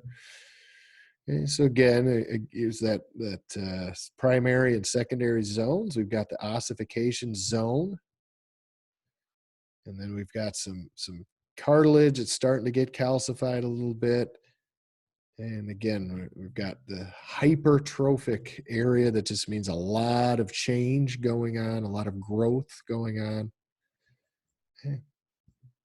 So basically what it's showing is the chondrocytes, the mature chondrocytes, eventually they start to calcify, and we get that calcified cartilage, and then that becomes now the ossification zone. And what happens is the ossification zone just gets thicker and thicker and thicker. So you can kind of see that on this next illustration. So the epiphyseal plate is still the same thickness, but the diaphysis part, the shaft, what we've basically done is taken some of these cartilage cells and hardened them. So basically what I did is added a little bit of bone to the shaft. And what that did is it caused the bone to lengthen a little bit, even though the epiphyseal plate is still the same thickness. And eventually it's all going to get condensed and get proliferated, and it'll, all this bone will be added to the diaphysis, and you won't see any cartilage between the epiphysis and diaphysis. You will see what's called a line. The epiphyseal line is what we have as adults. There's still like a remnant of something that was separate that's now almost like sutured together or sealed together. So this is showing the diaphysis of the femur, and here's the epiphyseal plate. There's a small fracture. You can see some darkness right in through here. That's a small fracture through that epiphyseal plate. So again, what would happen, the body would harden that up real fast, and so it could slow or inhibit the lengthening of the femur, just in this area. Typically, though, depending on the age and the degree of the fracture, your bodies respond with, you'll come in and do some bone chiseling. The body may respond by opening that back up to being able to grow again. So again, we see it depends on the amount of trauma. Hey, diameter and length. Hey, all happening at that epiphyseal growth plate. Primary center, we're in the diaphysis, we're expanding upward as we lay more and more bone down. Then eventually, again, these combine, and we're left with a bony plate called the epiphyseal line. And lastly, in this particular bone tissue, a couple things with, so how do we heal a fracture normally? How do we heal it if it's in an epiphyseal growth plate? It's going to be generally the same deal. We've got a fracture. We have different fracture types, which we'll look at shortly. This looks like a complete fracture. It went all the way through. Incomplete means it doesn't go all the way through. It looks relatively simple. It's not compound. We don't have a bunch of fragments everywhere. It's not busting through the skin. So it looks like a simple fracture. It's not shattered. Comminuted is a kind of a shattered bone, fragments everywhere. So this looks like a pretty straightforward kind of a fracture. So what the body certainly does, well, by the way, too, this is compact bone. So what do we know about compact bone? A lot of blood supply. Remember all those canals in the central canal, Haversian canal, those osteons, all those concentric tree rings. Well, that's all full of blood vessels. So there's a lot of blood if we get a fracture, for sure. How we know if a bone is fractured oftentimes without even x-raying it, although we do have sometimes micro fractures, hairline fractures, green stick fractures. Sometimes fractures are very tiny, micro. Sometimes they're difficult to see. They're still going to have blood involved. With this type of fracture here, we are definitely going to see blood, and therefore around the skin, without even having an x-ray, you can see it's going to be very swollen. There's going to be a lot of edema and fluid built up in that area. It's going to be extremely sensitive as well, quite painful. Um, One way sometimes, if we can take a tuning fork before I do an X-ray. Some physicians have tuning forks in their drawer or even in their pockets, or especially orthopedic physicians. Um, Physical therapists oftentimes have them as well. But we'll bang the tuning fork, right? We'll get it vibrating, and we'll take the tip. So the forks are up here, and we're holding the solid part down here. So we whack, boing, and you get it vibrating. So we're holding the vibrating end, and we'll put it in different areas on bone. So if this is the tuning fork, I whack it, and I've got the point, and I put it right on a bone. Okay. And if they have even a micro fracture or something, any type of fracture, if the fracture hasn't quite healed well enough yet, that vibration will go actually through where the breach is and into the bone, and it's painful. So you'll know that things are not proceeding the way they should if we've already casted it or splinted it or braced it, and the healing process, or maybe there's a break somewhere else that we didn't notice, especially with carpal bones or wrist bones and some of the tissue, sometimes an x-ray and some of the tissue fuzzes it or clouds it over. So anyway, a tuning fork though is a foolproof way to locate, almost pinpoint the site of a fracture or where there's been some sort of break or a breach, because again, the vibration, the subtle vibration of that fork is going to radiate through and tell the patient and tell us that they've got something going on. But anyway, a fracture, hematoma is going to form, right? A fracture, hematoma, basically a blood clot. You have to stop the bleeding first. That's happening immediately. Within a week or so, we've got a really nice kind of a blood clot formed. And at this point, we're going to start what's called a pro-callus. Pro means I'm for it. I'm in favor of it. Sometimes it means like like before. So we saw it with like pro-phase. I'm in favor of mitosis. It's the first phase of mitosis. Pro-callus. So got kind of a pre-callus or pro-callus. So osteoblasts, and more osteoblasts, right? And then we start to get more of a bony callus. Some of the osteoclasts have started to kind of come in too and help with the remodeling a little bit. And then we're going to have a couple of clot dissolving mechanisms that are going to come in as well. So some of the blood clot aspects, some of the fibers, some of that will get dissolved. So, but certainly not the bone. We want that to stay, and then we want the osteoblast to kind of continue to model or continue to build, and want the class to come in and chisel that up and make it look real pretty. And again, by the mid-20s, maximally, sometimes earlier, we're fully ossified. Uh, and again, our skeletons and structural aspects of the whole skeleton, parts of the skeleton, certainly they're moldable. They adjust even after we're done growing due to all of the musculature stress that's on our bones.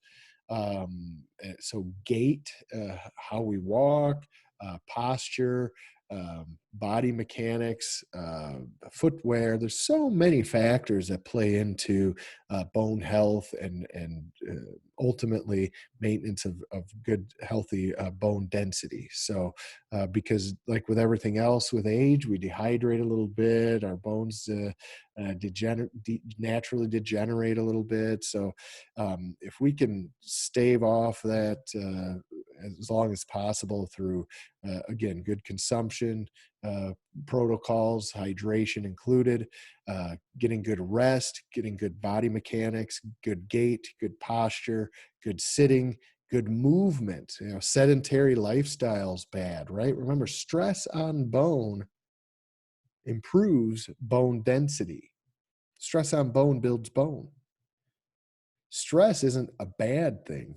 It can be, right? Too much stress, but stress in this case just means any type of action that's occurring that's putting some force on the bone, or encouraging there to be some sort of force exerted by the bone and muscles, against the bone and the muscles, with the bones, around the bones. So this means sedentary is not good. It also means, though, that going the other extreme, and being a triathlete, marathoner, 26 whatever it is, a 50K, and pounding of the joints, and pounding of the bones, and pounding of the knees, and pound. That type of stress is just as bad, but in a different way, as sedentary and doing nothing. And I'm sure I'm a marathon runner, and someone who's uh, obese and confined to their home and doesn't do anything. The marathoner is going to think they have better bones than the other person, and the other person probably doesn't care. But that's not always the case. I mean, yeah, we could make some obvious kind of correlations, and and comparisons to those two individuals, but there's so many more facets to it. Their genetics plays a role. They're completely different genetics. Their current genetics, what we call epigenetics, environmental genetics, plays a role, and on and on and on. It's never ending. That's why we never say all people this, no people that, or everyone should, nobody should. That type, we avoid those. Everybody's different. We do know that much. And even the individual is different from moment to moment, depending. So, but we do know stress on bone does build bone.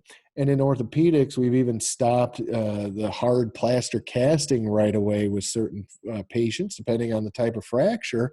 We're not casting. We're splinting. We're bracing. We're putting removable braces on, so I can start physical therapy almost right away.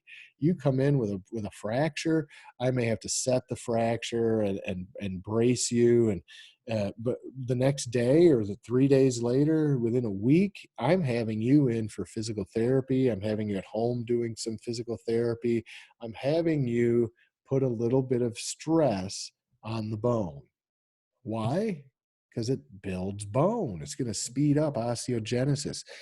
Instead of wrapping you up and wrapping your arm in a plaster cast, and you're immobilized for 8, 10 weeks, 12 weeks sometimes, then I cut that cast off, and what happens? Your muscles are atrophied, and the bone. I mean, that's no good. We don't want that for 12 weeks.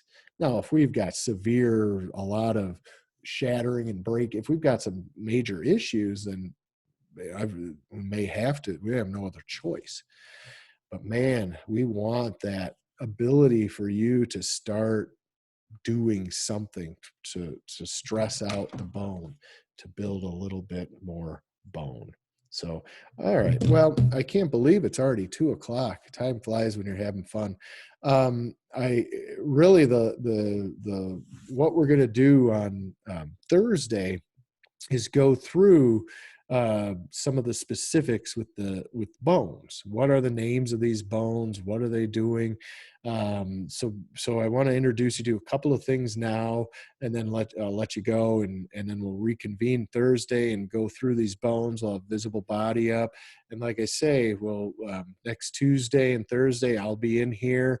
And I'm just basically going through bones if you want, and going through more so but I'm not going to go through any new stuff next week. So everything that I do, that we've done today and that we're going to do Thursday, is for both weeks. So anyway, The skeleton, by the way, it's around 206 bones. We do divide the skeleton into axial and appendicular. These are terms you've heard before. Week one, you heard these terms. Now that we've made it to the skeleton, we can look at the skull, vertebrae, and rib cage. So the skull, vertebral column, or spine, and the rib cage or thoracic cage make up the axis or the axial portion. The appendages or the appendicular aspect is going to be the arms and legs, the appendages, as well as what we call the girdles. So we're going to have the shoulder girdle. Basically, it's just two bones, your collarbone and your shoulder blade, and then your hip bones. Okay, so your collarbone and shoulder blades and your hip bones are part of the appendicular skeleton. So we look at this little illustration, and again, in blue we see the axial, in white we see appendicular. Okay, so get that terminology going. We see a posterior view. Again, blue is axial, white is appendicular. So skull, vertebrae, and ribs. Okay, and then we include certainly the sternum as part of that. Okay. And by the way, their tailbone, that coccyx all the way down, that's part of the vertebral column. This is all one long vertebral column. Okay. So we look at the skull. We'll go through just a couple of these. I know you're probably about burned out, so I don't want to keep you too much longer. I have a feeling most of this information is still sinking in and soaking in a little bit, and I do want to give you some time to finish what you need to do from last week. And then like I say, spend tomorrow maybe going through the Padlets a little bit, maybe looking through your portfolio, looking through visible body or not, maybe just look at the Padlets. But Thursday, we're going to start off going through some of the basics of naming these axial bones. There's just a handful. They're not too bad. And then naming the appendicular bones. There's just a handful. It's not too bad. It seems like 206 is a lot of bones, but it really isn't, because we can 56 of the 206 are just fingers and toes. So knock out 56 bones. Now we're down to only 150. And then, there's 24 ribs. Well, there you go. Now we're down to 126. There's 16 carpal bones. We can get rid of those right away. You don't have to name them. 16 wrist bones. Now we're down to 110. 14 ankle bones, tarsals. Okay, now we're down to like 9. We're under 100 now. Now we're down to 96. Okay, there's about 30 vertebrae. Now we're down to 60 bones. I mean, so it seems like a lot. 206 is a lot, but you don't have to know every single solitary name. You just need to know. You need to know most of them, but it's not 206 names. I'll put it that way. So let's leave it at that, and we'll start here with cranial bones on Thursday. I want you to again go through, get your feet wet a little bit with the Padlets, but more importantly, get caught up with everything up to this week. So get your week 1 through week 4 stuff done. If you still haven't done any Padlets, believe it or not, there are a few of you who haven't. I'm sure everybody in here has, but those of you who may be watching on YouTube, you have 4 Padlets that are due. Now a 5th one is opening. If you haven't done any of the first 4 or even missing one of them, get on that now. Do those. If you still have some exams from weeks 1 through 4 to do, if you have anything from weeks 1 through 4 to do, get that done. Get it out of the way, so then you can move forward with Skeletal on Thursday and then all next week. So this is a good time to try and get caught up. On Thursday, we are going to go through the skeleton and lab. That's our lab time. These are the bones. These are the skeleton or the bony landmarks of the skeletal system, and go from there. So anyhow, that's pretty much all I have today.